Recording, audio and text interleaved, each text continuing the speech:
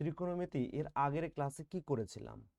আমরা এর আগের ক্লাসে কোষে দেখি 23.2 এর আমরা 1 থেকে 4 পর্যন্ত করেছিলাম এবং পরের ক্লাসে আমরা 5 নম্বরের সমস্ত অঙ্কগুলো করেছিলাম, তাই তো? আজকের ক্লাসে আমরা এই 6 দাগ, 7 দাগ, 8, 9, 10, 11 এই সম্পূর্ণ অঙ্কগুলো কমপ্লিট করব। তোমরা যারা এই ক্লাসে রেগুলার ক্লাসগুলো করছো, মানে আমার চ্যানেলে যারা রেগুলার ক্লাস করছো, তারা প্রত্যেকেই জানো যে আমরা টেক্সট বইয়ের প্রত্যেকটা অঙ্ক ধরে ধরে কমপ্লিট করছি।